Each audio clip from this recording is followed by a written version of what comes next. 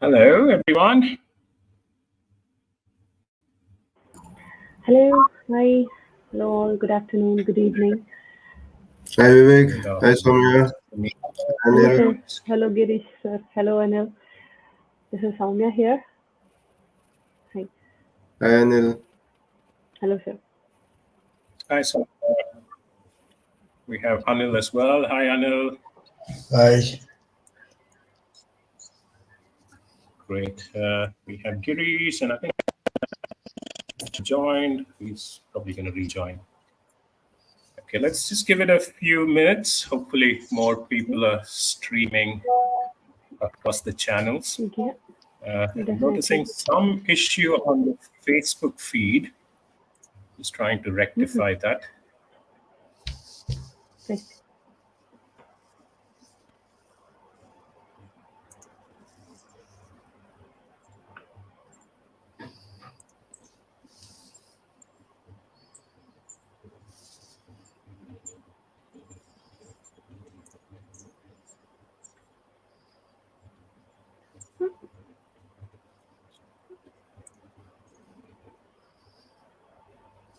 All right. Not sure.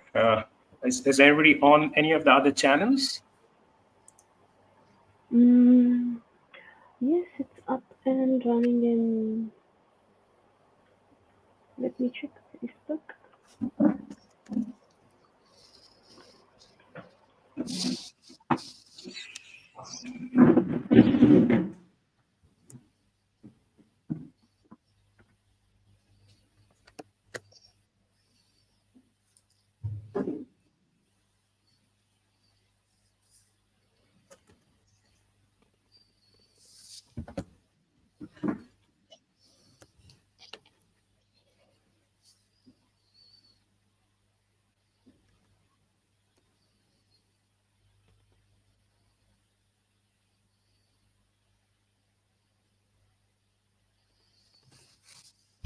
Okay. Let's give it one more minute. We'll make a start. Okay, we have Yash and Ankita also has joined on this channel. Welcome both, Ankita and Yash.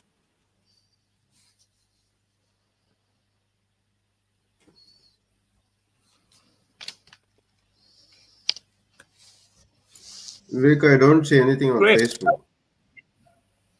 Yeah, so there's some issue with the feed on Facebook. I've been trying to sort it out, but I don't think it's working. Yeah, that's so, good. I yeah, think we'll have LinkedIn, right? So you can upload it later there. Yes, it's on LinkedIn and on YouTube as well. On Facebook, it says there's an issue at Facebook's end. We keep trying. Just try to remove and re-add. Let me remove and re-add.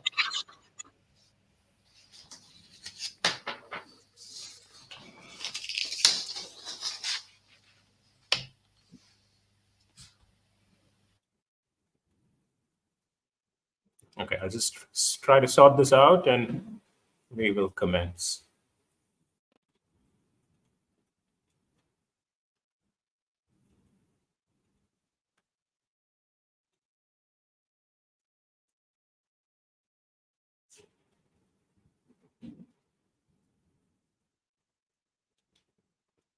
Okay, it says all Facebook. Let's hope that.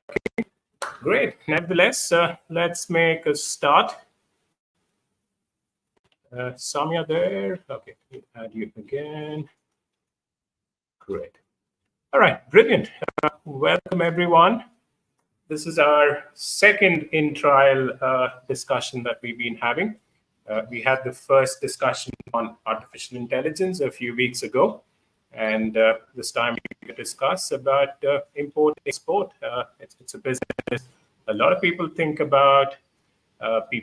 Something as simple as probably, say, a Parle-G biscuit packet from India. How do you get it across to the UK? What is involved in the process? Could somebody make money out of it? to something, as big as pharmaceuticals maybe, or something Anil is doing with his eco products. How can you manufacture, source, move it, ship it across to the UK, and you have a market? Or what Soumya is doing, and she will enlighten both of you will enlighten us on a packed product like a coffee, Kotas coffee. So how can that come across to the UK and you sell? So I think we'll try and understand through various dimensions, and again from the audience as well, depending on various business models you have. We're happy to explore, and hopefully Anil and Soumya will also give you more insight about the whole import-export business. All right, so let's make a start. I'll just move to my slides. Okay. All right. So we part of the Bangaloreans and Kannadigas in the UK. We have been in existence from 2006. We are a community of over 10,000 today. So we have grown year on year. Our main purpose is really to unite all the Kannadigas in the UK. There are people from across various parts of Karnataka living in various parts of the UK. Our intention is to have one single platform where everyone can come together, help each other, share mentorship, etc., etc. So we are prominently on Facebook, but we also have a presence on LinkedIn and WhatsApp, which we started a couple of years ago and has been quite popular as well. The group is part of something called Global Indians, which has a larger intention of providing services to Indians living overseas, both Indian diaspora and tourists as well. So a number of tourists who are traveling to different parts of the world. So we try and cater to them as well. So the structure, as I said, so the parent company of Global Indians is a company that's called Gluku, which has its sole purpose on migration around the world. There are roughly about 300 million migrants around the world. Indians make up about 36 million of those. And try and cater services, as I said, to both the Indian diaspora and the Indian tourists.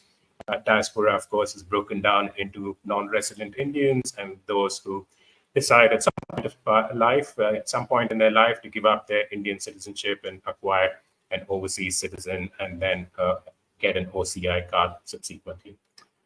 All right, so without further delay, we'll move to our key agenda for today. So the key discussion is India-UK trade. I think a lot of our focus will be more on import in the UK. So that's export from India, import into the UK. But if people have anything to discuss on export from the UK as well, we're happy to take any discussions or any Q&A related to that. I will provide you some insights on both export and import from the UK. As part of my introduction. We will then follow with Anil, who will enlighten us about the sustainable way of living. And every one of us love coffee. So Soumya will tell us more about Kotas Coffee in the UK and what she's doing with her business venture there, and when can we grab a freshly brewed coffee beans from Kotas. Then we will have some time for Q&A. So anybody has anything to ask either of the expert speakers or open discussion as well. You have any ideas you want to discuss, happy to go through that as well. And we will try and conclude by 3:30 within the 90-minute so that it's short and crisp as possible. All right, so moving on. So UK-India. You'll be amazed at the numbers. So there's 39 billion is the UK-India trade in 2023. Export to India from the UK. So if you look at the left-hand side, so the UK does significantly export a lot of items. India is ranked 12th largest export market from the UK. The numbers have gone down compared to the last few years. 2023 saw 15.8 billion pounds worth of export, down about 3.4% compared to 2022 when there was a higher amount of export to India. On the other hand, again, which is the main focus of our discussion today, import from India. So it's ranked 11th. So products from India coming to the UK, India ranks 11th. And this has substantially gone up by 11.2% year on year in 23 compared to 22. So 23.2 billion of pounds of products from India that has been imported in the UK. So significant, sizable market here. Just looking at the numbers over a 10-year period, so there's growth on both sides. The export is the straight line, and the dotted line is imports. As you can see, the imports is something that is growing at a little more pace than export. So which means people who are looking to export from India to the UK, your chances are much better at growing and making more money and being profitable as well in the future. But again, UK-India trade as well, from under 20 billion in 2014 has almost doubled 39 billion in 2023, as I said earlier, and it's only expected to grow from strength to strength here on. So which is some of the top products that are exported by India. As I said, our main focus here would be export from India and import into the UK. But generally looking at India as an export market, minerals, fuels are the number one commodity. Nearly 21%, 22% comes under this category.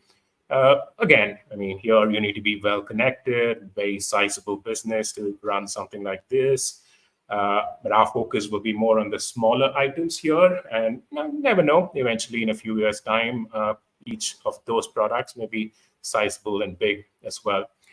Precious stones and metal is the number 2 category. Then there are a few machinery, organic chemical, pharmaceuticals. It is a big player. India is a big export player for pharmaceuticals. But I think important to a lot of our discussions here is cereals. So there's a lot of cereals, food products that are exported from India to the UK, to the whole world. This is not just UK. 3.1% of all export are cereals. And then other articles, processed products as well. So that makes up a sizable 2.2%. So there's a good margin. Either you're a big player or a small player. So I think there's sizable market for each of these opportunities. Let's look at the top 5 goods in 2023, which was imported and exported to the UK in particular. This is not the world. This is just India to the UK. Again, metal ores from export, so exported by the UK to India. So metal ores and scrap was the number 1 product. Non-ferrous metals, mechanical power generators, general industrial machinery.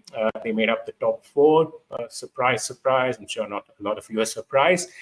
Beverages and tobacco make up number 5. So a lot of alcohol, a lot of tobacco as well comes from the UK to India as one of the top 5 products. What are the products that are imported by UK from India? Refined oil is the number 1 product. Nearly 1.5 billion or 15.5% of all UK goods from India were refined oil. Clothing is also significant, 8.4%. And again, as you can see, the link, if you look at number 4 in exported by the UK, machinery is in the top. Clothing, which of course needs a lot of machinery as well, is kind of coming. So the machines are coming from there. The clothing or the products are coming from India. So clothing is significant. Pharmaceutical, which we touched upon earlier. Again, I always believe if you work in the health industry, it's always evergreen and a lot of opportunity. 6.1% of all medicinal pharmaceutical products from India to the UK are in this category. Mechanical power generators, textile fabrics make up the top 5. Okay, where in the UK, so goods that are exported to India, London, of course, is the key market. Nearly 20% of all products from the UK to India, leaving London, arriving in India. There's significant difference across the UK, Scotland. So Scotland, for example, gets about 9% of all exports to India. Something like Yorkshire has about 5.5%. Southeast, southwest, I think, is relatively better in terms of a market for exporting out of the UK. If you look at products that are imported from India, so where are they coming? Again, London is a critical market, 20.8% here, a little higher than the export. So a lot of products that are coming from India are coming into London, but equally there are players getting products into Yorkshire or other parts of, East Midlands is significant as well. Scotland 4.5%, East Midlands 4.5%, Yorkshire 6.6% as well. All right. So looking at businesses that have VAT registered and are trading. So if particularly if we focus on India in 2023, there were roughly 9,200 UK VAT registered companies who were exporting goods to India. But more importantly, and our focus for today's discussion, there are 16,200 UK VAT registered businesses that import goods from India to the UK. And we're going to speak to two of them today in today's discussion. If you look at the whole world from the UK, so there are 125,300 companies that export, and there are 250,700 who import into the UK. So India kind of forms a significant proportion of this import-export business. All right, just a quick overview. Again, a lot of you would know how import-export works, but just from a very layman perspective. So it is from production to reaching or a meal being ready in this example. So you could either export a product which is unprocessed, so right from a farmer or a manufacturer, a product is exported. The processing can then happen overseas. In this example, in the UK, you have logistic transportations that then gets the product to the supermarket, and then eventually your final meal or your coffee or your whatever product is ready. But there could also be a scenario, of course, it's most cost effective to do the processing, packaging, etc. in India. So you may choose at the transportation stage is where you want to export the product. Again, then you work with various partners in India, overseas to get your partner, and eventually it reaches the supermarket or the stores, and finally your meal or your coffee is eventually ready. A quick flow chart of what needs to be done for setting up a business, a export business from India. Again, our experts will give us a little more light into each of these, but a quick flow chart. So the first step is really an idea, which I'm sure a few of you have, or a few of you are in the process, which will then be followed by the registration of the company as your first step. There's something called an IEC code, which you need to obtain in India. Then you have to get the RCMC license in case you are looking at exports, which is what our key agenda is today. Then you start searching for opportunities, whatever your product is, be it millets or be it iron or be it medicines or whatever. So you're looking for opportunities in the UK or wherever overseas. Then you also need to hire something called a custom house agent, because any product that leaves India, reaches a different country, has to go through customs check, not only in the origin country, but also in the destination country as well. And eventually you ship the goods to whichever country that you decide to, and eventually it reaches the market and the final supplier. So that's a very quick overview of what needs to be done. I will not take any further time, and I will pass on to our expert speakers that we have today. Our first speaker is Anil.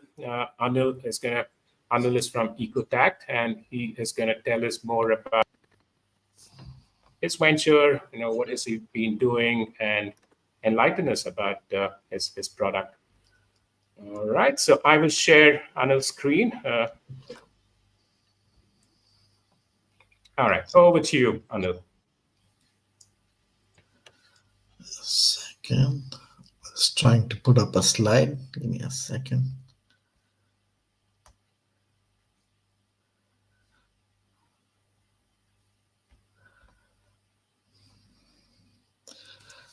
Hi, everyone. Firstly, I would like to start by thanking Global Indians and Baka UK for coming up with this wonderful initiative to give a platform for the professionals and entrepreneurs to come and discuss the opportunities and challenges faced uh, to do business between two countries, UK and India.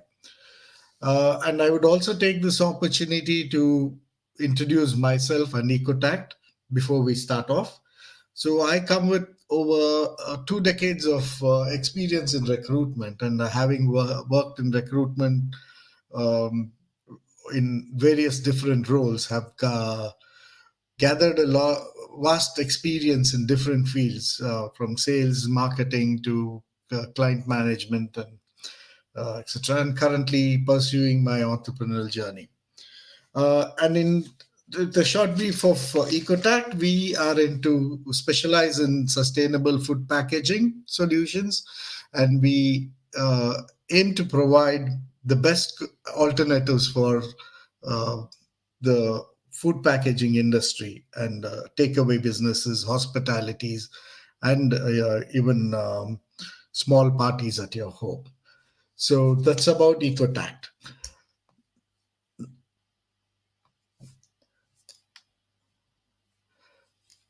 Sorry. Now, why sustainability?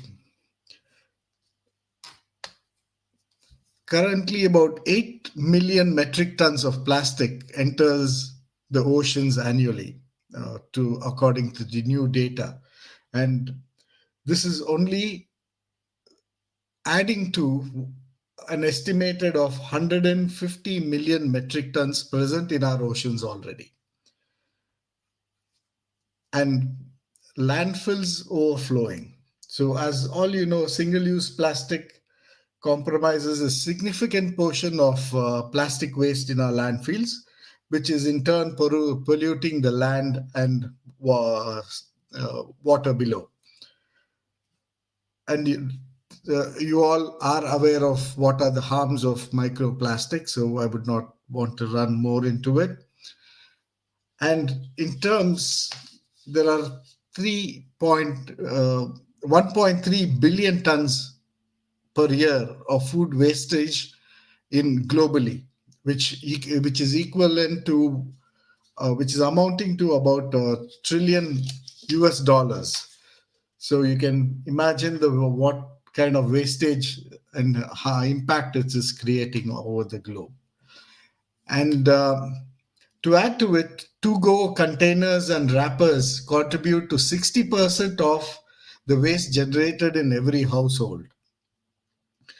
And before we begin the discussion on topic, I would like to add a little bit about my personal journey into sustainability.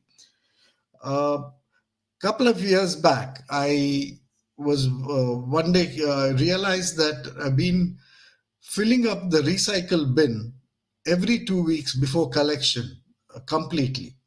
And we are a family of two. It's only me and my wife. And fortunately and unfortunately, we do not have children, and just a family of two of us filling up a recycle bin every 2 weeks. I thought it was really shocking.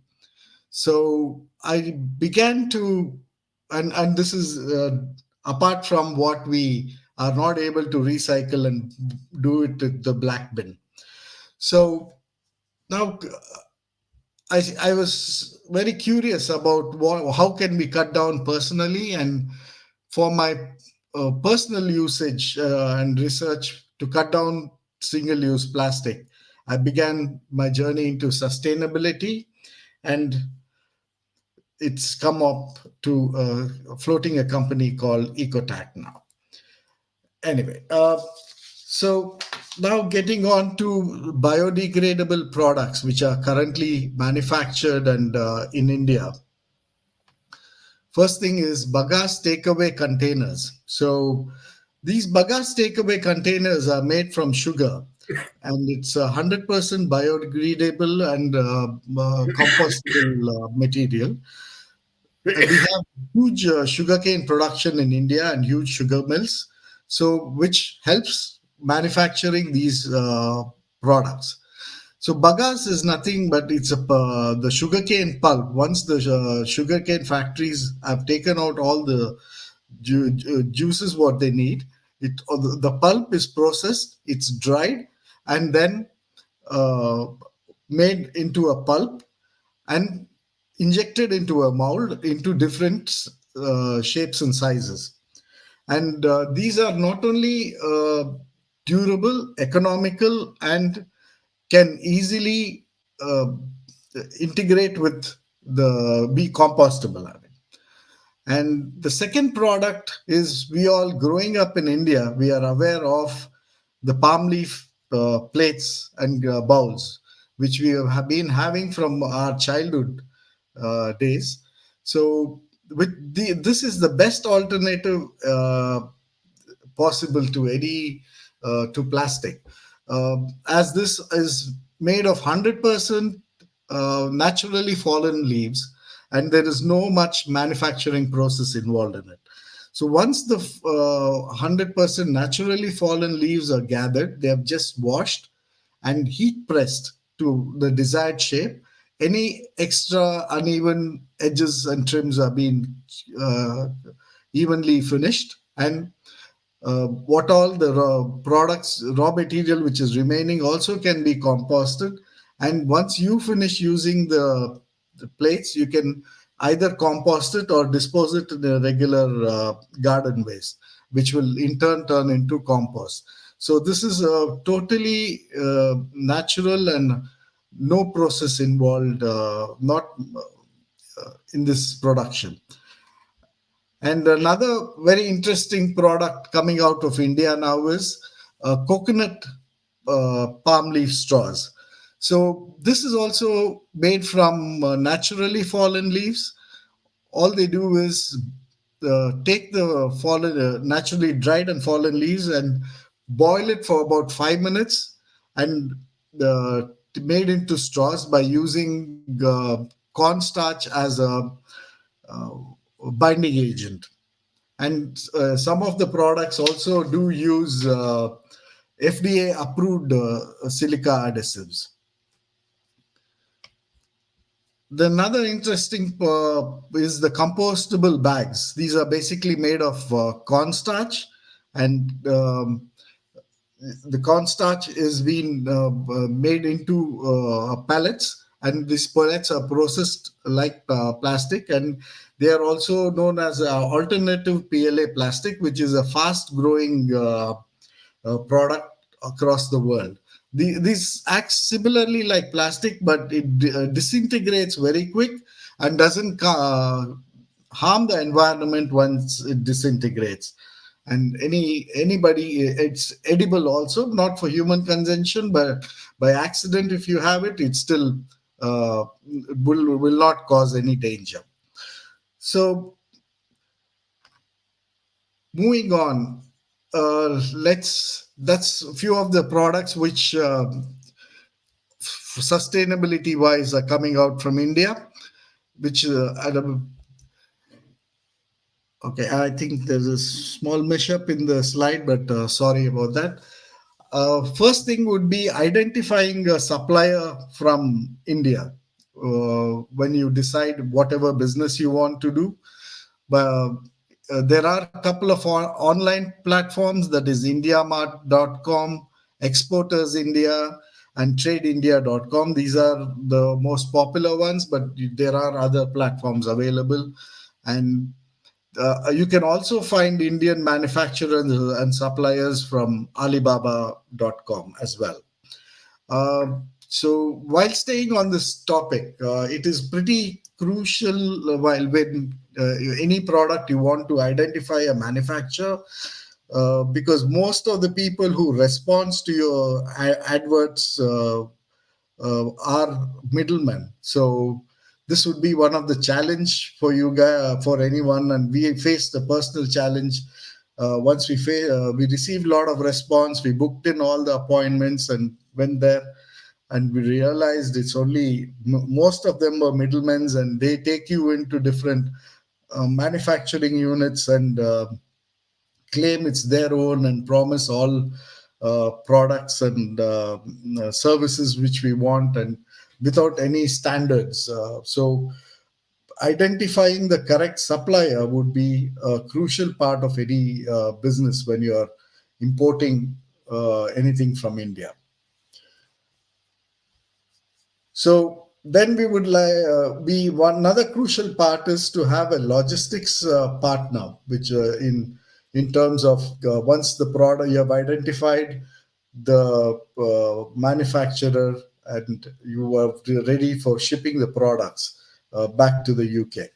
So there are you need a forwarding agent, and the forwarding agent is very important role in the whole process, as they need to know the laws of the place where you're importing from and the place where you're exporting it to. So uh, to collect the correct documentation process, follow all the processes of both the countries would be very crucial. Things like fumigating your products, your HSN codes, and your taxation laws and everything come under needs to be handled and addressed at the time of presenting your documents. So, forwarding agent is very crucial in this in importing any or exporting anything. And then comes the something called as a clearing agent.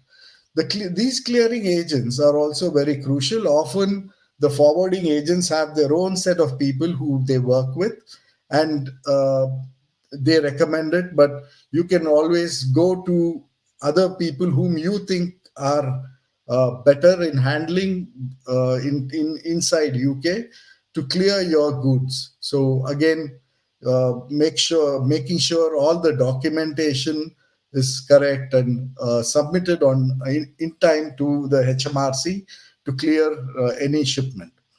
And once and both need to work together from the beginning to get all the documentation right. And because if there is any delay once the shipment is arrived, I think most of the shipping companies give you about 2 to 3 days to clear your shipment consignment container. Otherwise, you'll be charged heavily for docking in the keeping the container in the docks.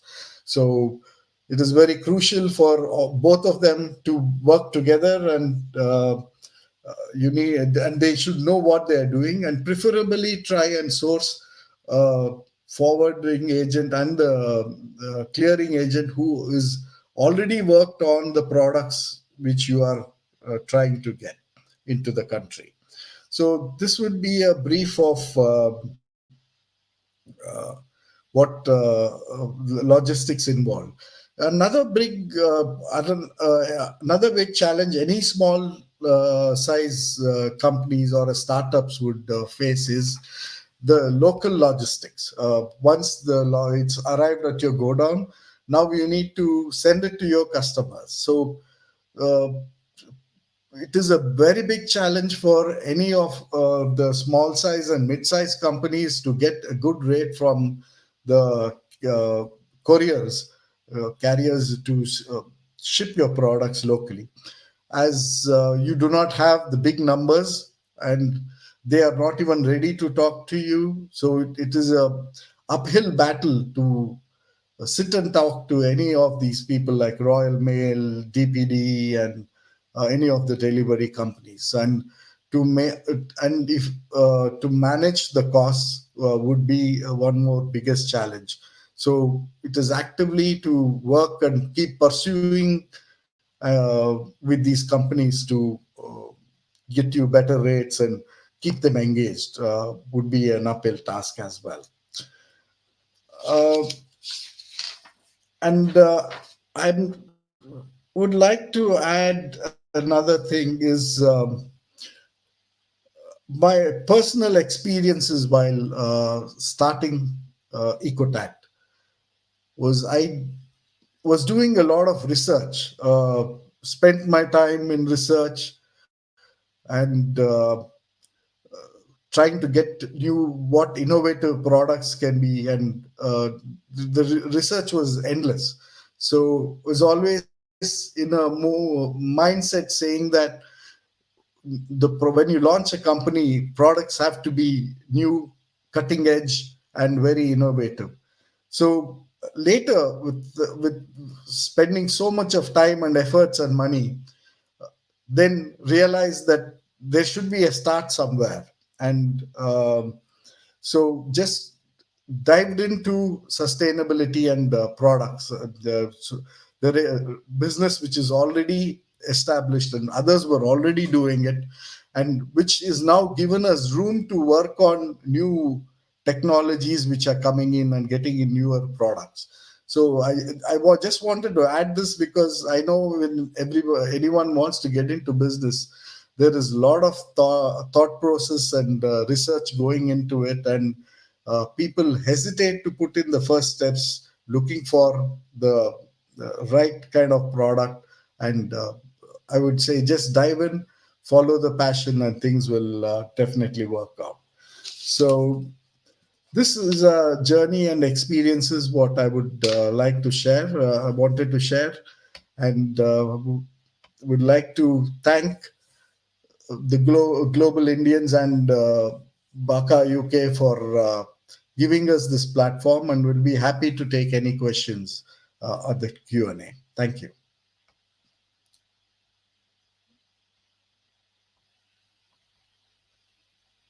Hello? There was so much enlightenment in terms of your research, how you came up with the product that you thought about, and finally the work that you're doing. As you rightly said, sustainability is such a big topic, and it's something each one of us have to contribute, and something that you highlighted about you and your better half, just the amount of waste you gather every single day or week is enormous, right? The plastic, the packaging, etc., etc. I know. I mean, one question from me. Again, we welcome anybody from the audience to come up. Anything that you want to ask Anil about the product or about the whole process of exporting from India into the UK. Feel free to pour your questions. If you're on StreamYard, you can just raise your hand and ask your questions, or if you're on one of the platforms, you can just type your questions in the comments, and we should be able to see them and put them up on screen for Anil to answer. One thing from me, Anil, I just wanted to find out, so what is the challenge in the UK? Because the UK, I mean, the kind of recyclable, sustainable products that work in India not necessarily work in the UK, right? It's a different mentality of adopting a banana leaf or a processed natural product into a packaging material.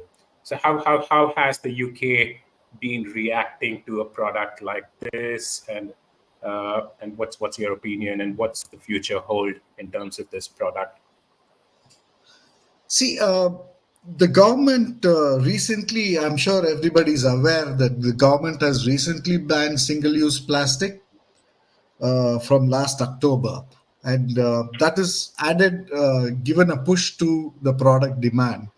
But having said that, there is a lot of drive from the eco-conscious customers these days, where people want to contribute voluntarily to the eco-friendly products and be associated with any brands which are eco-friendly.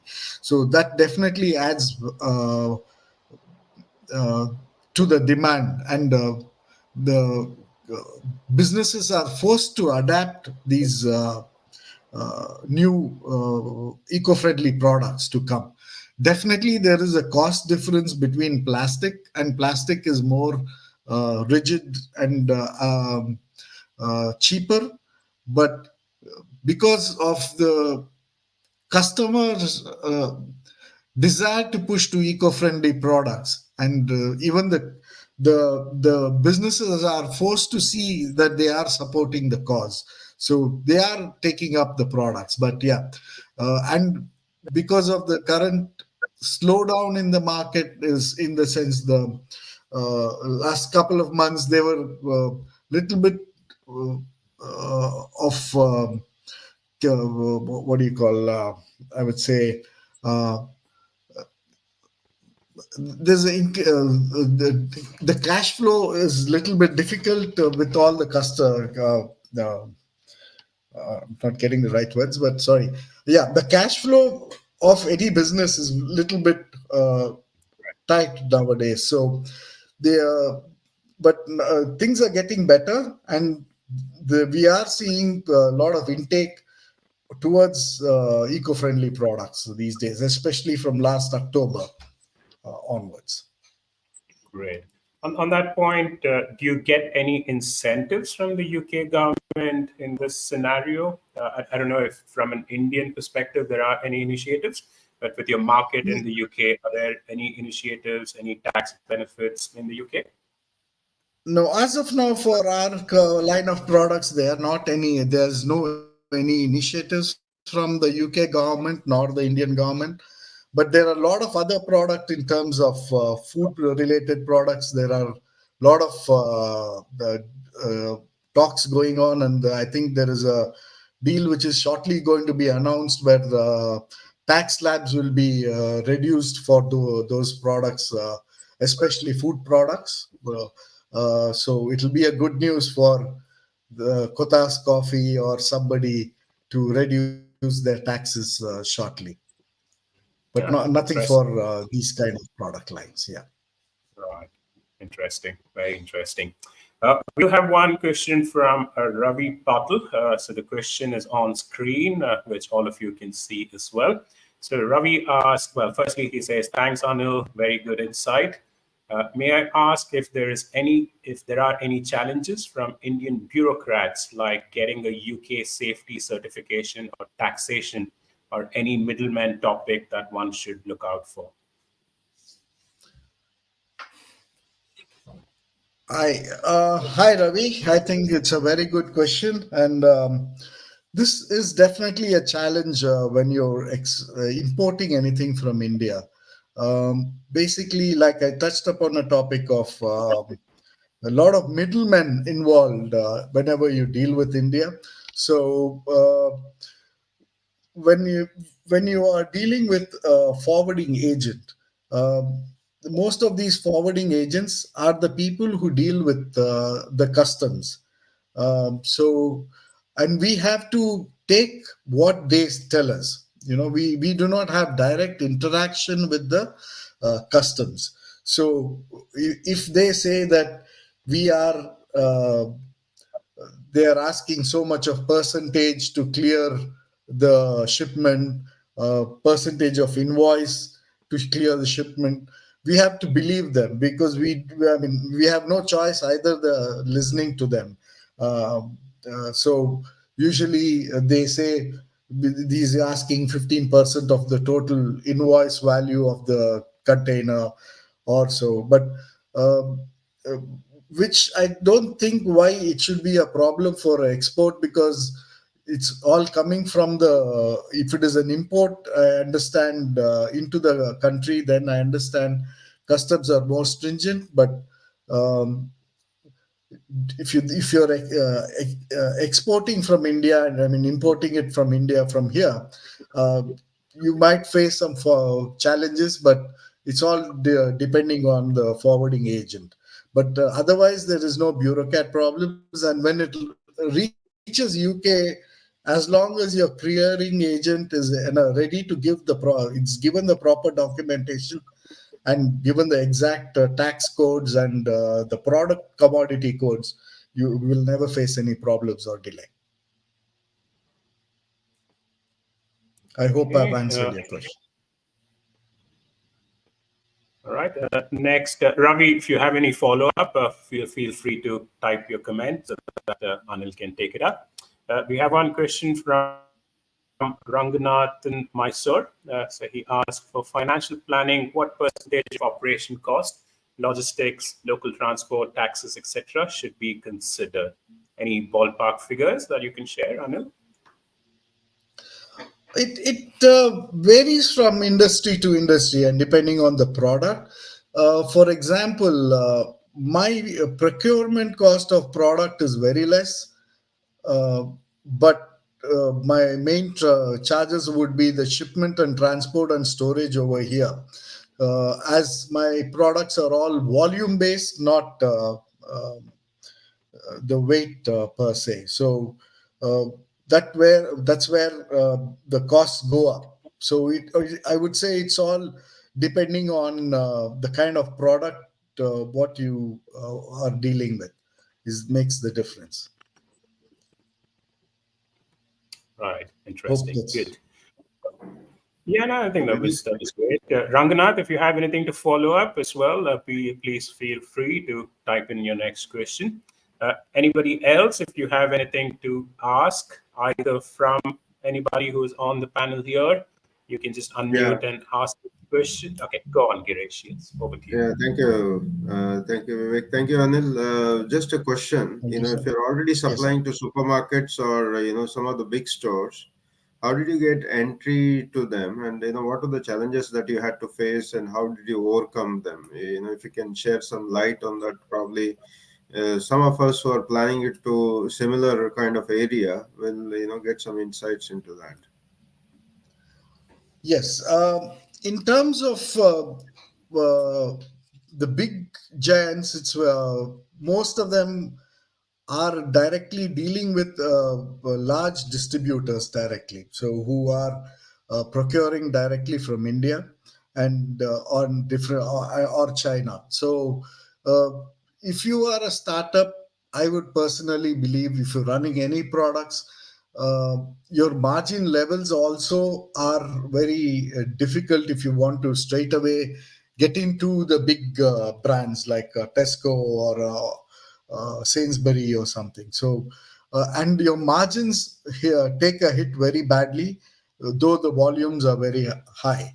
So, personally, I don't would not suggest any startup to work with these big brands unless you have established your line of your.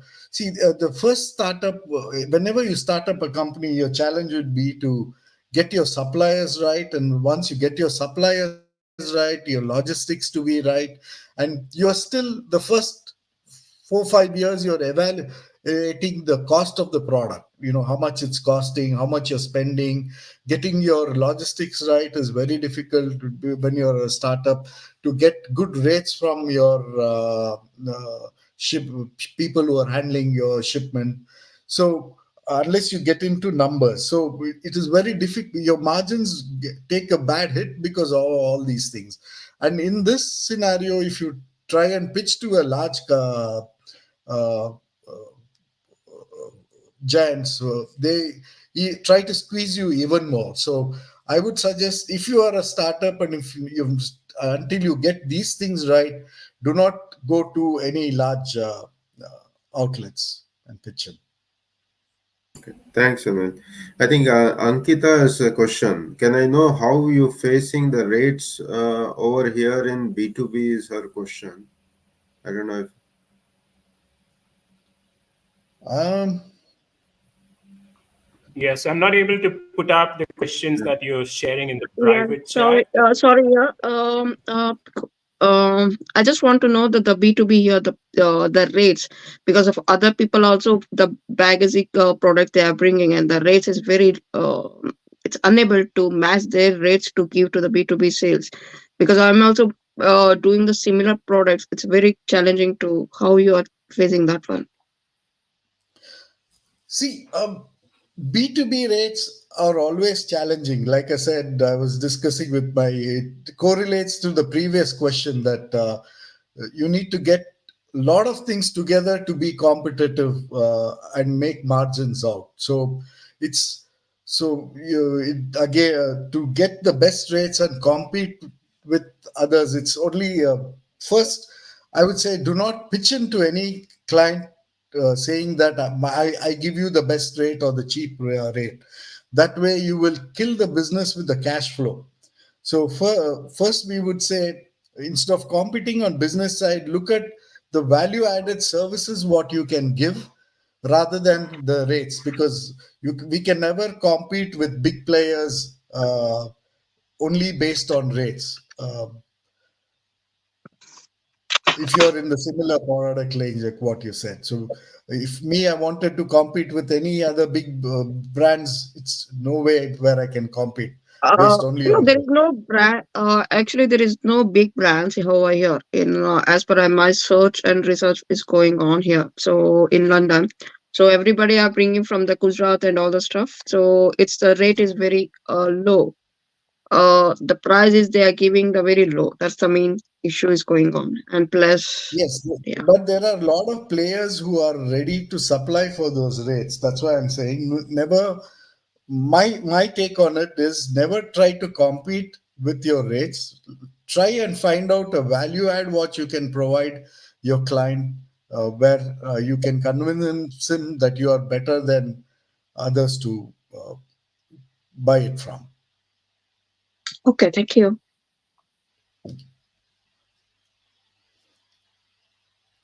Because we can Right. never We have compete with four. putting down the rates. And I would like to add one more thing in this when this point. It's related to all the questions. It's mainly we should always remember startups. Cash is the king, so we need to always mention be the keep the cash flow as much as possible. So uh, my personal thinking is that. So let's. I would always try not to compete with others on the price range.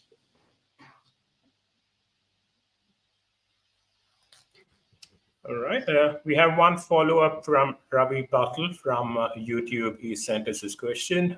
So he asked, any suggestion to understand if there are any agency that suggests what level of safety clearance are needed for the UK market, BPA free plastics, etc.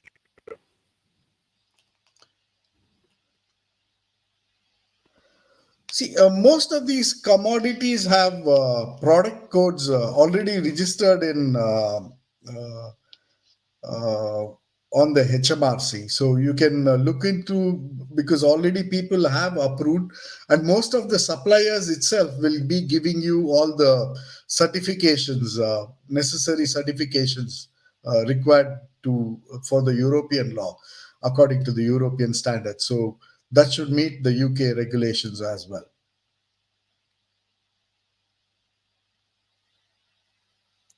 Right. Thanks, Anil. I think it was a great session and some really good set of questions as well, which I think you've given some good headway to get started and kind of get more answers.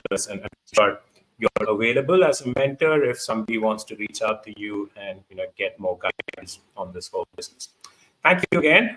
We like to thank you from both Global Indians and Bangaloreans and Kannadigas in the UK. You are one of our valuable members. Thank you for also being a sponsor of our last event. And anybody who's more curious about Anil Ecotag, just feel free. We're all one family here. So feel free to reach out, friends for life. Try to meet up if you can. Feel free to connect with each other and take things forward. There is one more question that followed from Vinod, actually. So let's take this. This will be the last one for Anil. I know I can see Soumya raring to go because we've just overshot time. Anil, are there okay, any supported? Sorry, supported by the UK government?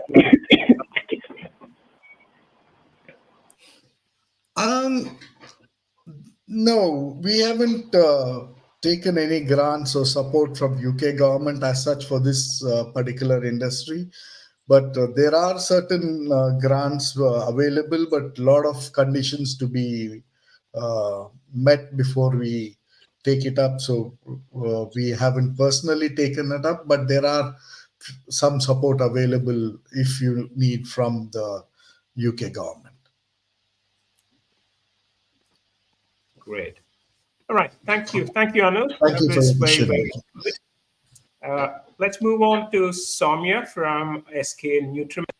So she is going to tell us more about her product, her journey, challenges, etc., etc. Let me get your slides on, Soumya. Just give me a few seconds for that.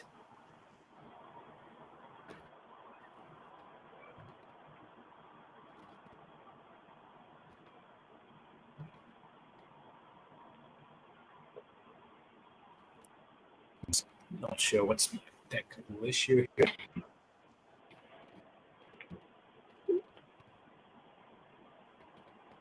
Were you able to gain access, Vivek, or? Yeah, just a second. I just need to add your slides, which I'm doing Oh, sure. now. Wonderful. Thank you. But before I start, I have a quick question for Anil. I just missed that. So, Anil, are you doing any mailing bags, eco-friendly or sustainable mailing bags? Sorry, could you repeat that, please? I lost. Sorry, Anil. That was my last question. Hello. That was I was Hi, Soumya. Could you doing repeat? the hand raise. Hello, hi. Yeah. So I was asking, do you do any sustainable mailing bags? Mailing bags We are for getting into postal bags. a Yes. few products. Postal Okay. bags, no, not yet. But we are going to, because currently our focus is only on sustainable food packaging, Soumya.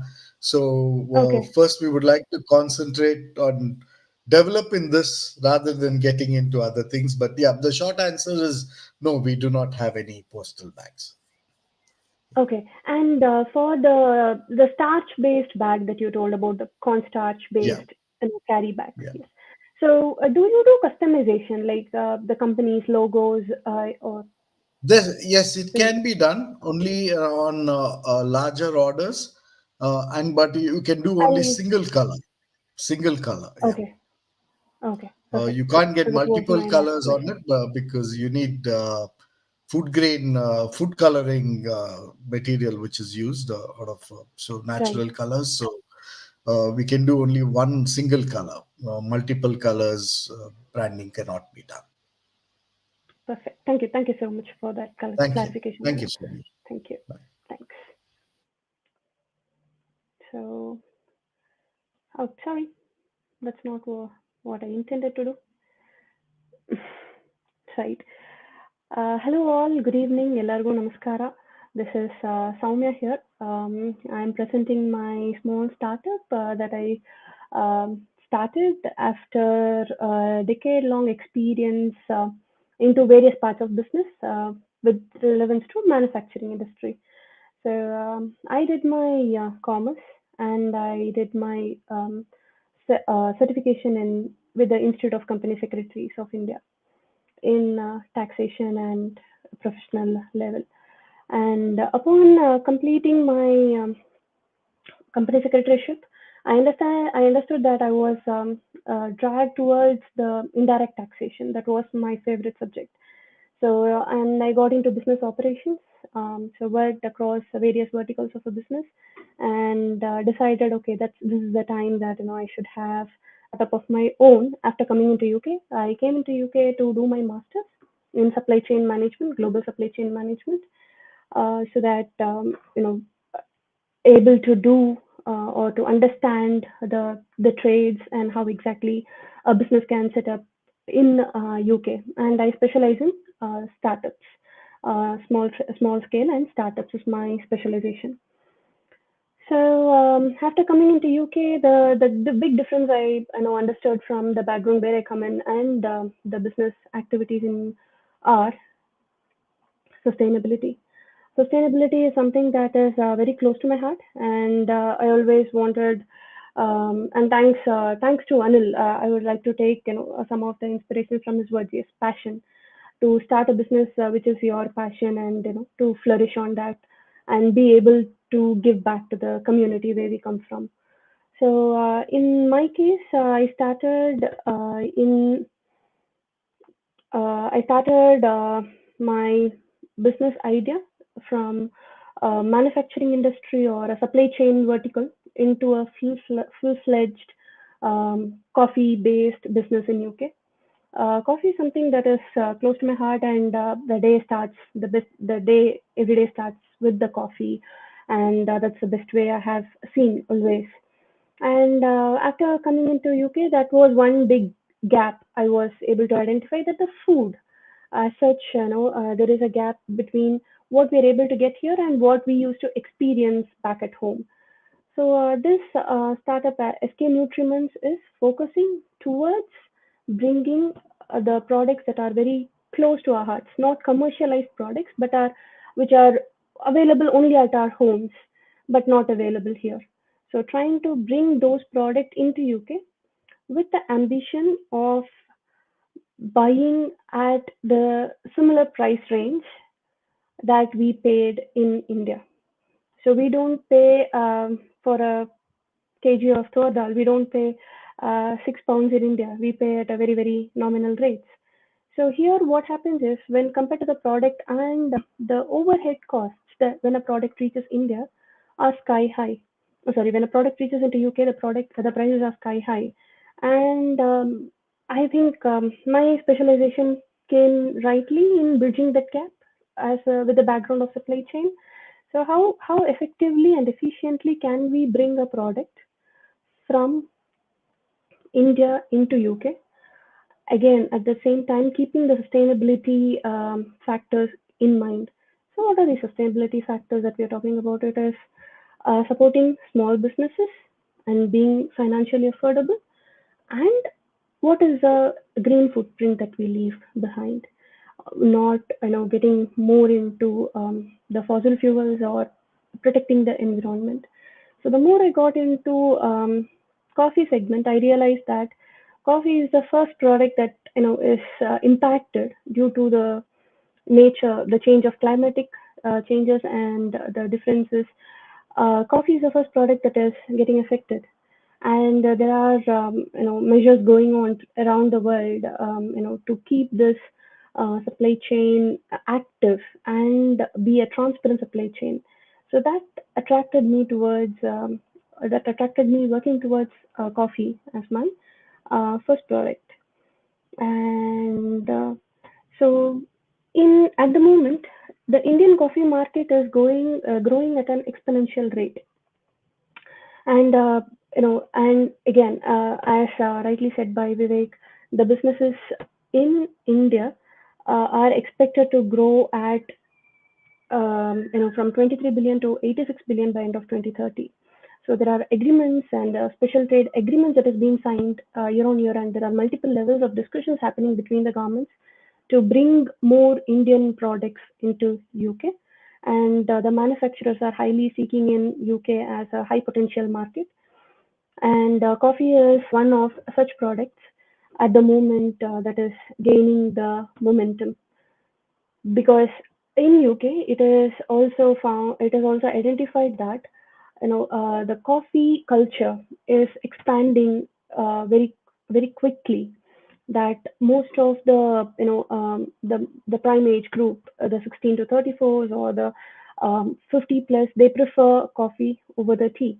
And the culture of going into a coffee shop or a coffee chain and getting the favorite product is expanding, or is widely seen across different places. So, and Kota's coffees. Why Kota's coffee? So these are the these are the challenges at the moment of what exactly happening around the world. Why the prices are on a higher side, or what exactly is impacting onto the products that we buy. So there is always a climatic cycle, the impact of the global warming is is felt across various products, and how we are able to bring it within the control.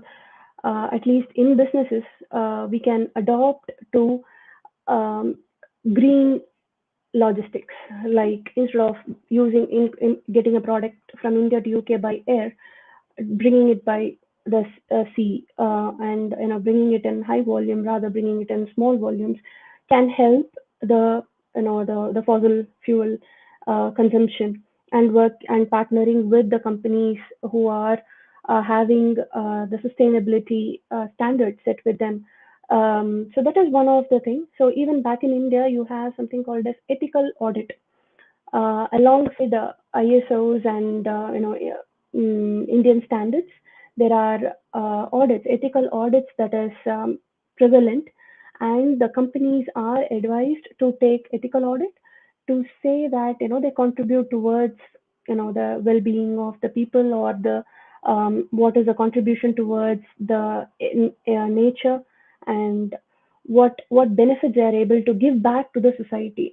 It's like contributing back. And even in India, there is this corporate social responsibility regime that is enforced, that most of the businesses who are crossing a certain limit of profit or capital are liable to get involved in the corporate social responsibility to protect the environment that they act in.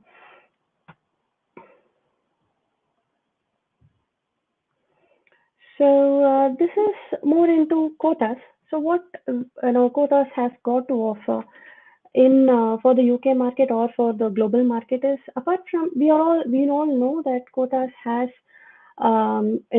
has widely spread into the filter coffee segment, but they also are into the sustainability sector, where their packaging are all eco-friendly, and they do not okay, they have paper-based packaging, and and they are having a eco-friendly pledge that is actively working. They are moving from the reusable packaging onto the aluminum airtight container packaging. So that is more of eco-friendly and sustainable solution, where we don't use single-use plastics in the day-to-day use.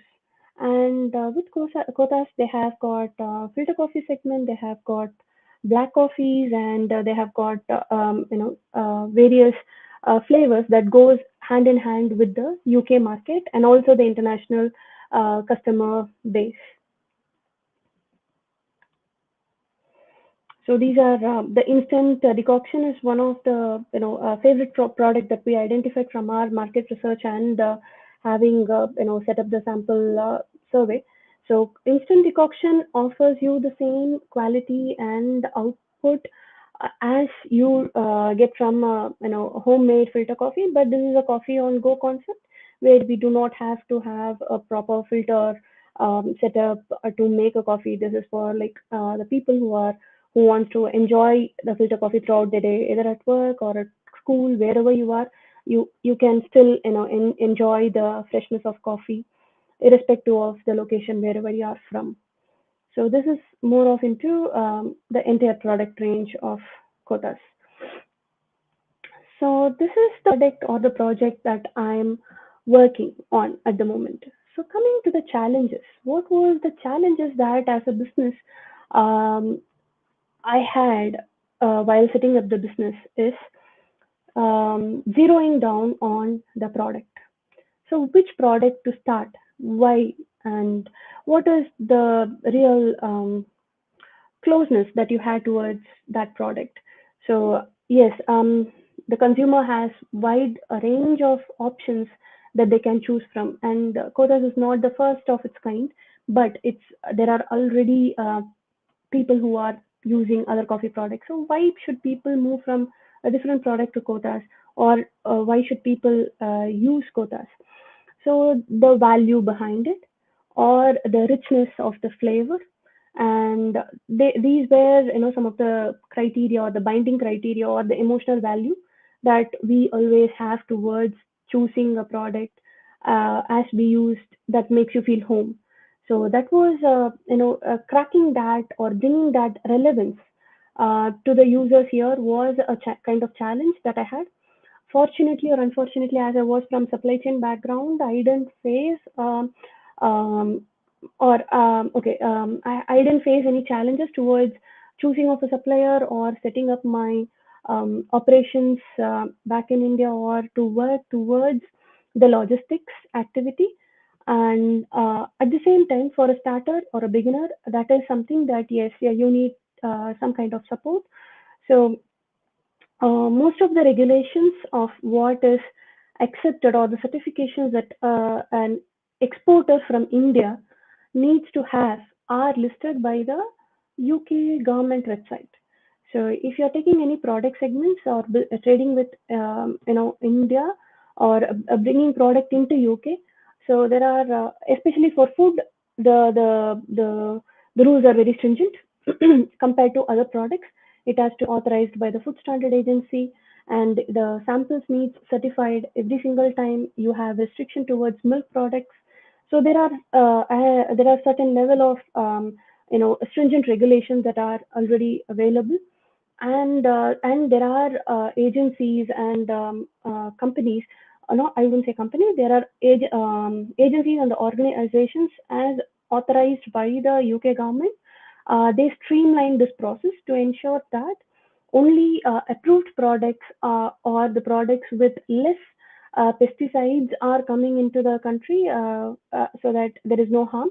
And there is a special license that we need to take, which is not an online process, a process that you have to do offline by contacting your local councils, food and standard agency, and they guide you from there. And the building brand recognition is another challenge that is there for any startup, as rightly said by Anil.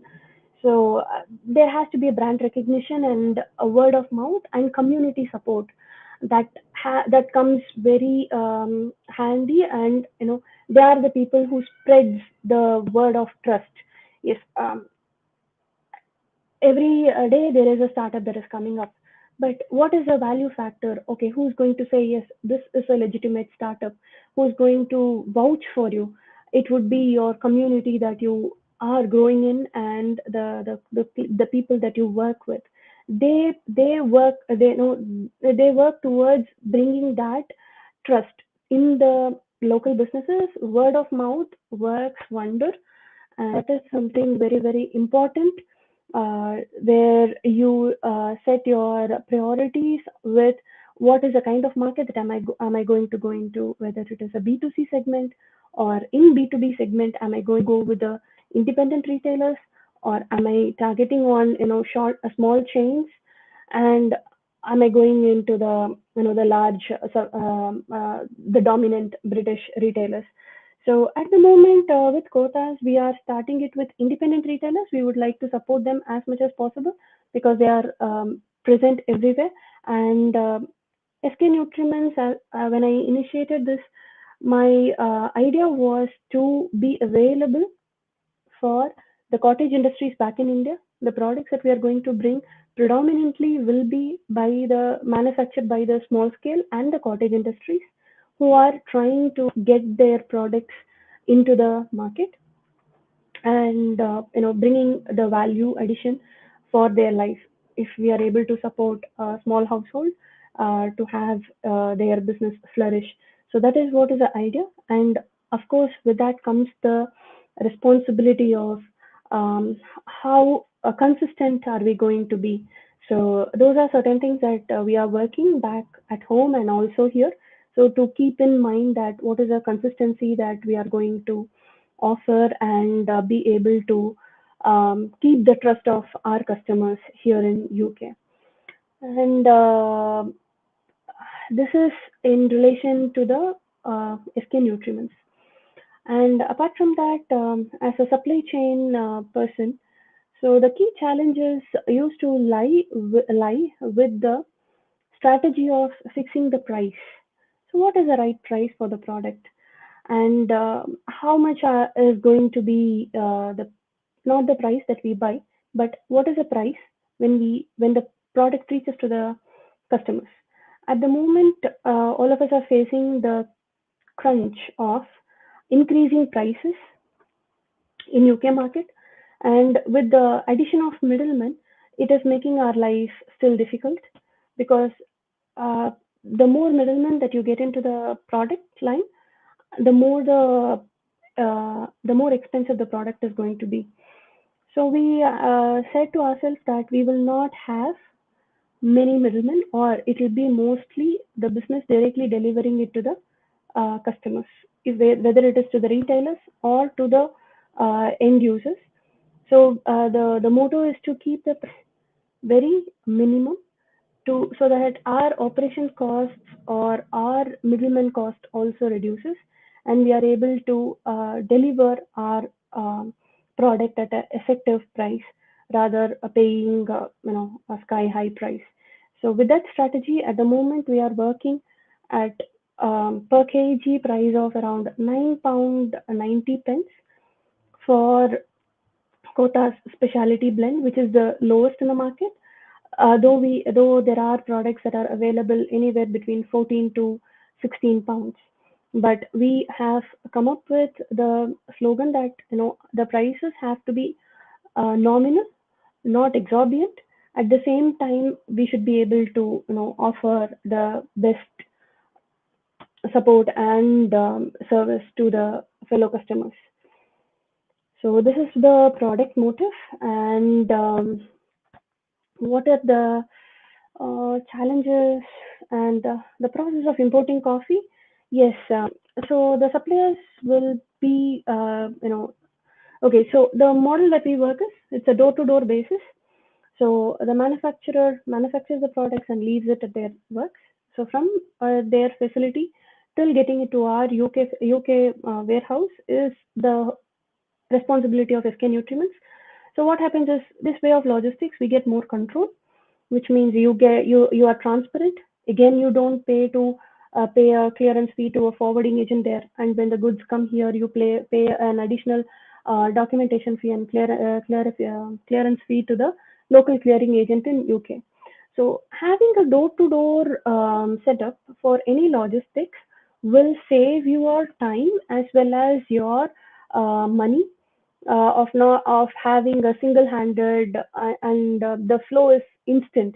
So there is no gap of okay, one person have done and there is a gap from a second person. So that the chances of delaying the shipment can be avoided, and planning the shipment well in advance and having taken at least 3 to 4 different quotes, because being a startup, I don't have a contracted clearing agent, so I always go on shipment to shipment basis.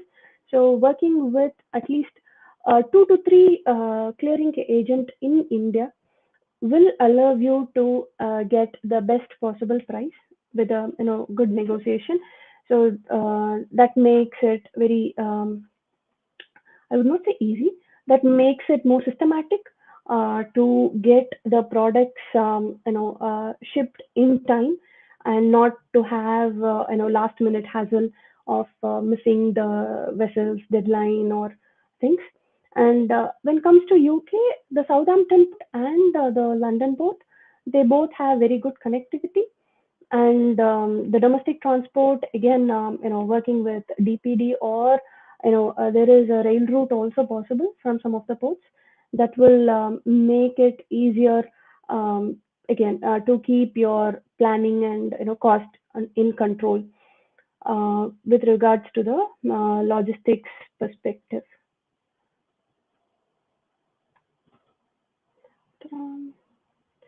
So did I miss on anything? Yeah. So with that, I'm not sure if I have covered all the topics, but with regards to logistics and international logistics and supply chain, even if it is out of SK Nutriment subject, I'm happy to be there to to help and support. If you have any questions, I'm happy to take them.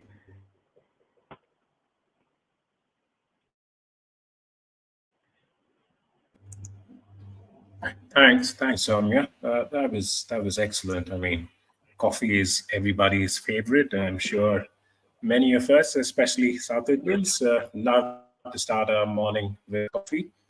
And it's great to have Kota's Coffee coming to the UK as well. So I just wanted to ask you, I mean, it's important about the freshness of the coffee, right? And one thing I have noticed in the UK is generally product arrives a little, a few months after the production date. It's never fresh. So how are you kind of, how are you dealing with this challenge, maintaining freshness and getting the coffee? I know packaging is one way that can be done. Fresher the coffee, better. So how are you kind of dealing with getting it from the manufacturer to the stores in the UK as quickly as possible? Right. So at the moment, we are solely okay. So the products are picked the next day that they are manufactured. And say, for example, the batch that was manufactured between the 1st and 5th of June gets picked on 6th and 7th as soon as they are completed with the manufacturing, and they are here in 28 days. But given relevance to the current situation of you know unfavorable transit situation at the Suez Canal, the shipments are taking a longer route. That is, they are taking up to 60 days to reach into UK, which is another challenging factor for the businesses that work between India and UK. That's a bigger challenge because your transit time it doubles, so does the quality of the product and things. So to curtail this, we have partnered with DHL, and we get the shipment in 3 days time, but we have an entire console booked. So what happens is, so DHL ships it to you in 3 days, which means that you get your coffee at shelf in 10 days from the date of manufacturing, and the coffee products are with a shelf life of 12 months plus. So you get it within first 15 days of manufacturing, which doesn't generally happen even back in India. So the distributors get at least in a 15 at least anywhere between 30 to 45 days. But here in UK, we are bringing the products in less than 10 days from the date of manufacture, and the freshness is as good as you have less of 12 months where you can use a product. And usually with Kotas, the freshness or the fragrance is there anywhere between 6 to 8 months. More than that, yes, of course, you don't get that freshness to feel. Right, interesting. Now, just a small little story from my end. So when I do the filter coffee decoction, I try to do it a couple of times, 2 or 3 times usually, up and down. And my dad advised me not to do it because the moment you keep transferring it up and down and you leave the lid open, the fragrance apparently just goes away. So it's important to keep it Exactly. sealed. It's important I mean, the way of making a coffee is an art itself, as they say. It's a art, Uh, yes, definitely. yeah, and how does Kothas intend to give the same flavor of the coffee that you get back in Karnataka or in India, in the UK? How do you get the same taste? Uh, what's Kothas doing on that front? So Kotas, their blend, especially their specialty blend, um, of various. Okay, I myself, I would say like I'm a coffee lover, and a right coffee means a good day. A coffee didn't start, in a if it is a not a coffee, then the day is not so great for me. So I have tried the various brands. I have tried Kirkland. I have tried Waitroses coffee. I have tried you name the Coffee Mate, multiple brands, Nespresso, various brands, yes. Tried their coffee machines and tried the various proportions and things. No, I was unable to get the same punch of what we get from Kota's coffee in any of the other coffees. Especially, yes, it goes to the way that we make it. So what we do is at home we have this brass filter that we use. We add the coffee powder, and on top of it we sprinkle a tinge of sugar on top of it, and then put the sealant, the thing on the top, and then pour water to it. And you don't pour the hot water once for all. You do first a quarter of the portion of the water, hot water, so that it soaks into the coffee powder, and then you top it up with further water so that you get a real strong decoction. So that's the key for a flavorful coffee. And try not to do more than, say, for example, if you're doing it for 2 people at home, so then you stick yourself to the 1 glass of water. If you add more water, then the decoction again gets diluted and you don't get the freshness or the punch. So you do anywhere between a half glass to a 1 glass. So what I can do is I can do a coffee filter video, a decoction video, and add it to the group. So wherever whoever wants it to try, so they can try. That's the secret to the best coffee that you get at our home. Oh, that'll be lovely. I think that is going to be Yeah. some videos that a lot of members will love.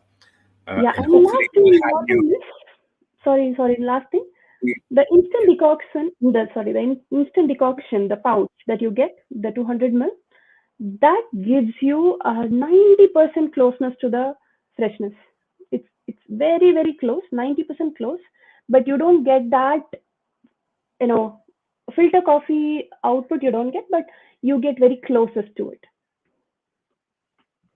Excellent, great. And hopefully we'll have you in one of our events and you can do a live Yes. demo of how to make the perfect coffee blend. That'll be wonderful. Yeah, we are there in the badminton event that is happening in July, and yeah, and we are also there in the June 29th, festival gathering happening at Maidenhead.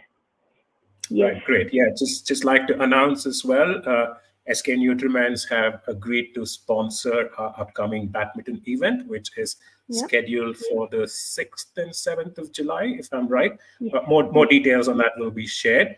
So if you are a sporty person or even else, just a social gathering of all members, get together, meet people, talk to each other, speak in Kannada, have your cup of coffee.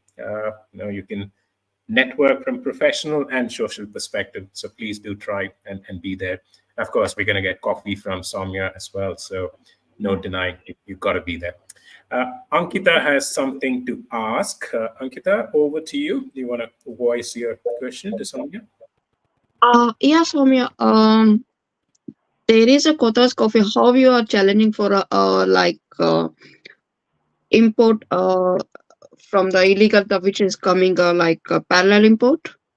Because did you try with parallel import? How you are controlling on that? Because of we are seeing I'm facing the same issue with the Maso Sander. There is a lot of in parallel import. How you controlling on that? So, right, that's a great question. Thanks, Ankita, for bringing it. So for UK market, yes, so Kothas UK market and also Europe. The second issue is there. I just want to check with you first that how you are controlling with the agreement with the Kothas and all the stuff. How you are making with them to control, because of I'm seeing a lot of Kothas coffee here packets and here. right. It's a big challenge. So, right. So when comes so Kothas and I'm also sorry, and also I want to add here even if it is the people will not entertain, even though they are getting because of the low price which they are bringing from the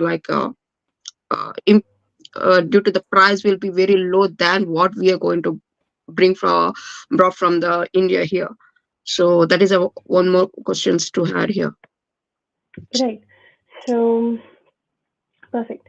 So when you say about parallel imports, there are three different things that happens as a parallel import. One is the Indian household who are bringing the product directly back from India. So whenever we have a relative traveling, whenever we have a friend or ourselves, we go to India. So we bring the product along with ourselves because we have the allowance, carriage allowance. That is one. Second thing is, say there is a grey market, of course, for quotas in UK, where certain unauthorized retailers are selling the product in UK who didn't either buy from us, but they buy from the local distributor in India. So that is second. And the third is there are some people who sell quotas that is not not mentioned exclusively as export packaging or export quality. So these three are the different kind of parallel imports that is happening currently. So to start with, so quotas have exclusively mentioned SK Nutriments name in their packaging. So whichever coffee product you buy in UK, it will have SK Nutriments name and the email ID with the contact number as imported by. So which is the legal product that comes into UK. And with other two segments, the combined answer would be the price that you buy Kothas back in India, we will be matching the price in UK. So that is a long-term goal. You can see it happening from September. Say, for example, now if you are going to buy a 500 grams coffee product in India, say for 400 rupees or 420 rupees, because now the coffee price have revised from this month. So if you're going to see at that price, so in UK, as I said, you will be able to buy 1 kg of Kothas product at 10 pounds from your retailer. So which is not possible if I don't have the right supply chain, and as we are the exclusive distributors for Kothas, so we are not reseller, but we are a distributor. So Kothas also offers the price competitive compared to any other parallel import that's happening. If people still prefer to buy back from India, that's definitely up to them. But they will be able to buy at Indian price in UK. That is a promise that we are working with. Okay, thank you. But still, there is a problem because of when you're bringing the product, and we have noticed that export quality of your details are there, and there is a lot of standards, trading standards, which you are taking apart. They'll take a control on those areas, and they'll give you the there is some issues which I faced from my handle. So the thing is, it's happening still now, and also the trademark issues is going on within UK, and the government now is taking a care of those areas. Maybe I'll discuss about regarding this because it's a huge topic. Thank Yeah, you. Thanks definitely. for your See, answer. when compared to trademark, again, we are we are working with the Kothas who has the trademark rights and the registration completed. And SK Nutriments in UK have completed the food standard agencies certification. We have authorized certificate, and we have this EORI data as well. So if you are going to do any small time import, or if you are going to do it as a commercial shipment, there will not be any infringement of any of the rules and regulations. If you do it as a personal shipment and then do a commercial good, then there is a kind of conflict of interest, then comes a lot of legal issues. I don't know if that is what you mean, but happy to discuss with you regarding the intellectual property rights. Yeah, thank you. Sure. Thank you, Ankita. So we have one question from Vinod Kumar, which is on screen. So he asks, SK Nutriments being a distributor, what other products you handle? Do you have plans to work with other brands, or SK Nutriments is exclusive with Kothas? See, for cost, there is no, to start with, thank you so much for the question, Vinod.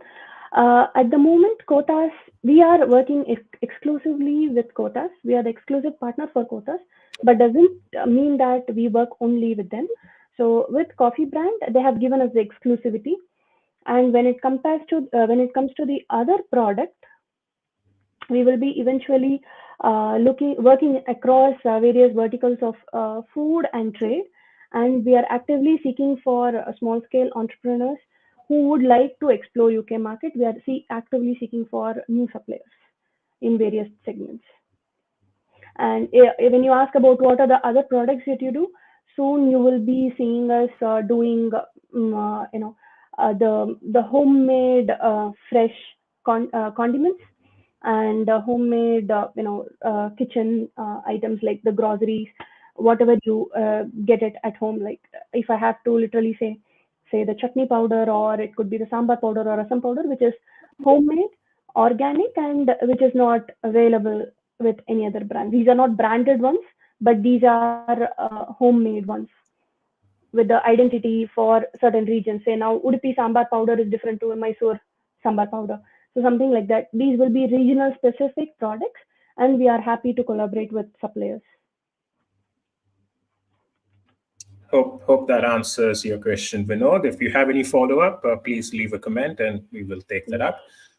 Anil has a question for you, Soumya. So I will hand over Definitely. to Anil. Hello, hi, Anil. Hi, it was a great insight on to coffee and the journey of your inputs on logistics, which is very interesting for me. So because I personally struggle a lot with logistics, even till date, it's been 4 years of starting my journey in this Oh, business, but still struggling with logistics. So one question is, when you say you're getting shipment from DHL, I assume that you're mhm. getting an air shipment as of now for 3 days. Yes, Is that yes, right? yes, sir. And in that uh, case, I was wondering, how are you planning to match the cost, Indian cost of our products over here, after That's taxes, why and cost is very high. So if you could share some uh, insight on it. definitely, sir. So first thing, coffee is free. So there is a trade agreement between UK and India, and coffee products are free of tax.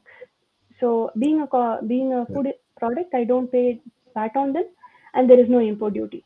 So that's an advantage of me. I am going to pay only the freight charges. And at the moment, we are working at the break even. So I'm not making any profit.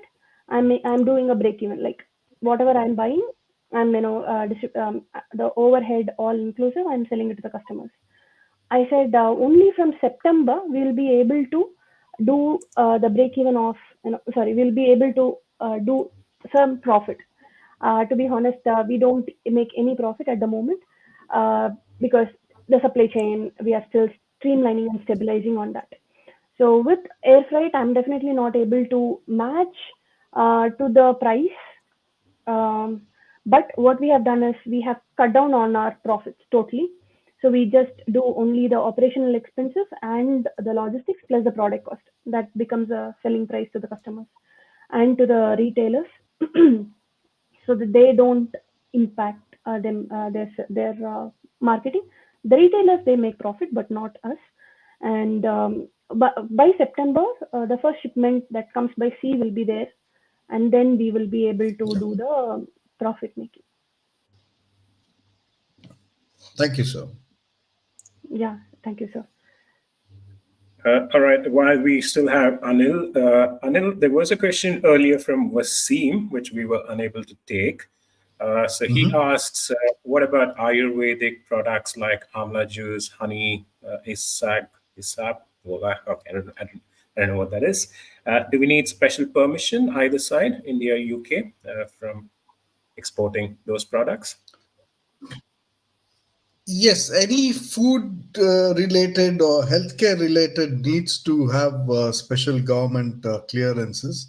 And I'm sure HMRC websites must have more clarity on that, uh, on the regulations of importing of any of these products, particular products. So if you put in the product name and can find out the HSN code, then it gives you the list of uh, compliances you need to deal with.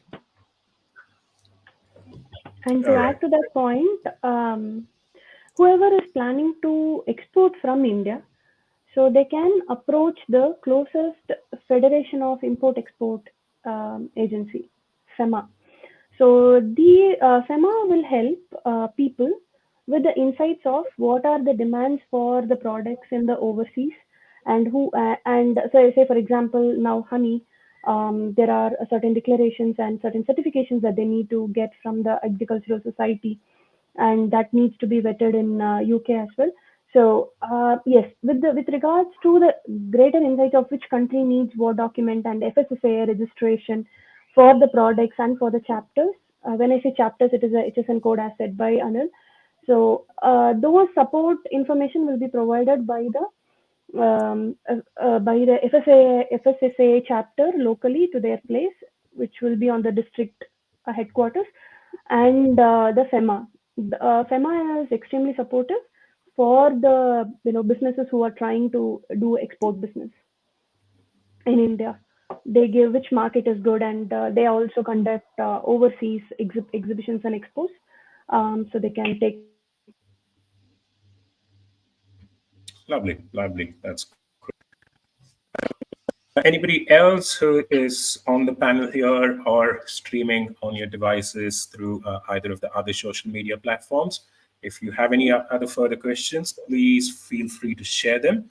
I think the members, the presentation has been lovely. Your replies, responses has been very insightful as well. If people want to query further, please do. Okay. Just checking if there was one more. Sorry. So if let's just wait for a couple of minutes if people have anything else. I had one more follow up with you, Soumya, in particular. So what is? I know you said the aim is for the community at the moment. What are the challenges that you may potentially face when you try to product a product like Kotas to non-community? So that's beyond Karnataka, maybe, to start off with the Indian community, and then potentially you even targeting British folks, Europeans, Americans living in the UK.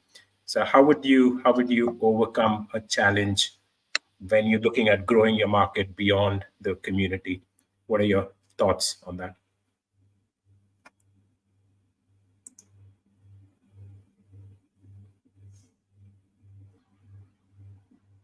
Was I clear, Soumya? Just Hello, sorry, I didn't. I just got lost. I was not connected for more than 2 minutes. I was wondering.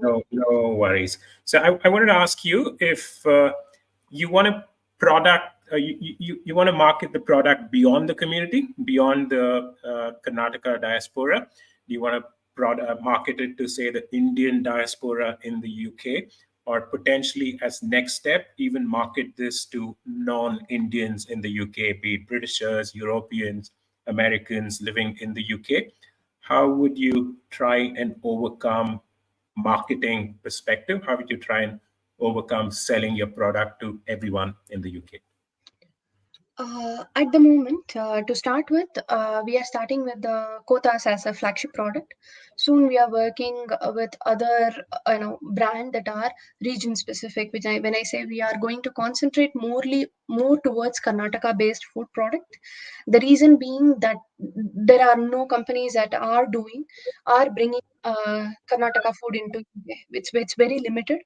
There are quite a few people doing Sri Lankan or Tamil food, which goes hand in hand, and we do get Kerala taste. But when it comes to the Karnataka taste, or the authentic Karnataka food, we don't get many of them here. So at the moment, that will be the home strategy.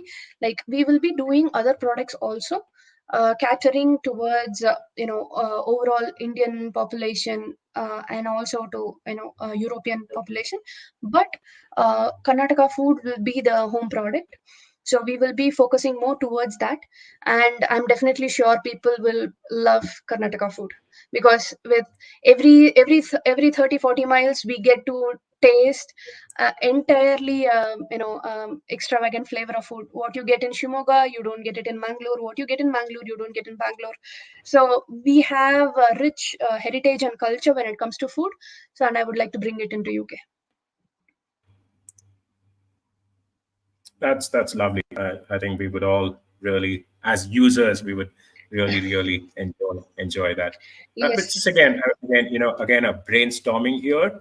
But you are limiting your user base to just the Karnataka community in this case, right? Which, by our reckoning, is roughly about 120,000. Again, numbers may be off. We believe the Karnataka people they're probably a lot more, but from rough calculations, we believe there are somewhere between 120 to 150,000 people. But if you want to go beyond that community, because that's a small user base, if you want to go to, say, the Indian diaspora, which we believe is nearly 2 million plus, and eventually, if you want to target the whole of UK, which you're looking at about 65 million people, how would you step up from the Karnataka community to the Indian diaspora and eventually to the whole of UK? I think there is a small glitch, Vivek. So when I said I'm going to focus on Karnataka food, so yes, the target customers will be throughout UK. So there is no distinction as in, okay, this product will be suitable only for XYZ people. Say for example, I was attending a digital marketing event the other day, and there was this British guy who wanted to try the filter coffee. So then we made instantly the filter coffee for him, and then he said like, I love it and I would like to make it myself at home. So that's how the clientele gets expands. So here, so it is more to the food lovers, I will say, rather concising it to Karnataka. No, I'm saying I want to bring in the Karnataka food into UK, but it is not limited to the particular segment. Say my friends, they love the chutney pudi. So what we make at home day in day out basis, we don't get to taste anywhere else here in UK. And same goes to the kodbale, and same goes to the obat. So there is a closest variant available as a Gujarati dish, as a Tamil dish, but when it comes to the the flavors of obatu, we don't get here. So what I'm saying is I want to target on those products which say in any festives, certain products are close to our home, which we don't get to make here or buy it from the shop. So why not bring those product into here with the Right. same No, freshness? yeah, no, very, very ambitious, very great, and wish you all Thank the you. Yeah, ambitious. best Yes, in that. it is. No, we have a perfect combination here. Anil does the packaging, sustainable packaging. You sell the coffee eventually, which has to be sold in cups as well, right? If you do go to a store concept. And I Yeah. do know that coffee cups apparently come with plastic, right? So Anil, the cups that Costa No, coffee and cups. The paper cups and the cups by. I hear the Starbucks and Monster Coffee, they do have a plastic lining to keep it hot. Yes, Anil yes, may probably Yes. be able to share more. yes. Exactly. See, definitely there is a plastic lining to make it 100% leak proof, but there is a lot of work going on how to get these PLA plastics. That's the like starch kind of a plastic infused to the coffee cups rather than the regular plastics. But I'm sure soon we should have them produced in mass, meeting up the cost demands across the world. So, but as of now, yes, all the paper cups have a certain thin layer of plastic, which is there, unfortunately, still there, and hopefully we should uh, work on get a result on where we can eliminate that kind of a process of plastic. Yeah, that's a great combination, right? Having you, Anil, and having Soumya as our guest. That's a great introduction. Thanks. Very Thanks, true. Vivek. Because the reason why I asked Anil about if they are into the mailing bags is because we do ship a lot of orders to our customers, so which we get through online, and we do mailing bags. And at the moment, I'm sourcing mailing bags at a very very premium price. So if Anil is, or if he can come into that segment, definitely I'll be looking forward to work with Anil. It'll be lovely to work closely with you, Soumya. I can learn a lot Definitely. from you with your input. Anytime, sir. Anytime with logistics, just ask me. I should be Yeah. able to help you. Been there for a Yeah, decade. Yeah, uh, I'll definitely reach out to you very soon. definitely, sir. Yes. Excellent. And that's the whole motive of what we intend to do with either Bangaloreans and Kannadigas in the UK or global Indians. It's connecting people, right? So people have lovely ideas, lovely experience. How do you connect one to each other so that both benefits, the community benefits as well in the end? Excellent. I don't see any other questions flowing. I'll just leave it open to whoever is listening in or on the panel. If you have anything else to ask, I know we've shot 20 minutes beyond the schedule, but a quick 2-3 minutes to wind up. If anybody on the panel, Girish, Yash, Ankita, Prajwal, if you want to ask anything, share anything, please feel free to do. Yeah. Amarnath as well. We have missed out. So A yeah, just lot give a of shout. value addition today, and thank you, Anil, Soumya, and Vivek, Yashas. Thank you guys for arranging this. I just wanted to say I've taken down a lot of notes. I'll be reaching out to these entrepreneurs to see how I can take advantage or help coordinating, or yeah, that is amazing. Thank you once again, both of you. Wonderful, sir. Thank you so much. Thank you. Uh, Thank you for the looking opportunity. forward to be a part of the team and be able to be of help to any of the members in the community, and happy to be of support. Any questions related to supply chain and logistics, setting up business in UK, please reach me out. I might not have covered all of it now, but happy to be of help and support anytime, any day.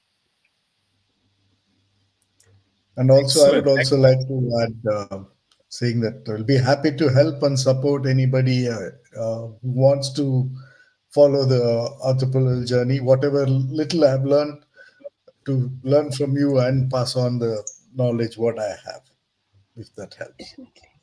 Great. Thank you. Thank you so much, Anil. Thank you so much, Soumya, for your time.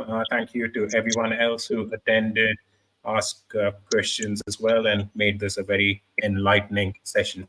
So we will hopefully, we plan to do a different topic every month. We did one on artificial intelligence. This month we've done on UK-India trade.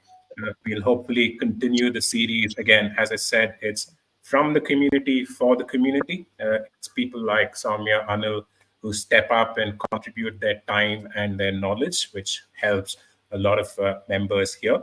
And we hope to continue that with various topics moving forward as well. Definitely. So thank you so much, everyone, and have a wonderful Thank you. rest of the evening. Yeah, we'll all connect again soon. All right. Thank Thank you. you all. Thanks Thank for you your all. time. Thank you. Thanks. Thank you. Thanks. Thanks, Vivek. Thank you Thanks. for Bye. making it possible. Thanks. Thank you. Bye.